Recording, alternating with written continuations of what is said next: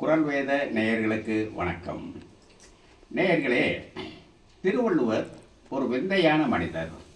இவர் மெய்யை பொய்யாக்குவார், பொய்யை மெய்யாக்குவார், வெற்றியை தோல்வியாக்குவார், தோல்வியை வெற்றியாக்குவார், கண்ணை புண்ணாக்குவார், புண்ணை கண்ணாக்குவார். இத்தகைய அரிய செயல்களை திருக்குறளில் செய்துள்ளார். இன்று இவர் மெய்யை பொய்யாக்குவதனை பார்ப்போம். வாய்மை எனப்படுவது யாதெனின் யாதொன்றும் தீமை இல்லாத சொலல். வாய்மை என்றால் என்ன?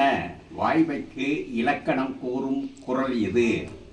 வாய்மை என்பது யாதொரு காரணத்தாலும் பிறருக்கு தீங்கு நேராத சொற்களை சொல்லுதல் என்பது இக்குறளின் கருத்து. வாய்மை என்பது சத்தியத்திலிருந்து, திருவள்ளுவரின் வாய்மை சத்தியத்திலிருந்து வேறுபட்டது. திருவள்ளுவரின் வாய்மை அரிச்சந்திரனின் சத்தியத்திலிருந்து வேறுபட்டது. இவர் சத்தியத்தை தன்னூலில் நுழைய விடாமல் பார்த்து கொண்டார். ஏன்? காரணம் என்ன?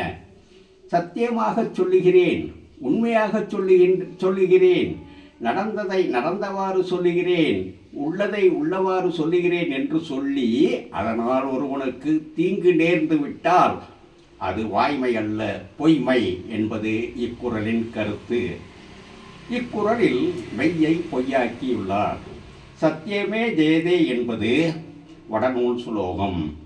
வாய்மையே வெல்லும் என்பது இச்சுலோகத்தின் தமிழ் மொழிபெயர்ப்பு.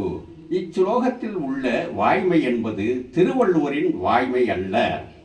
திருக்குறளில் இத்தகைய நுட்பங்கள் உள்ளன.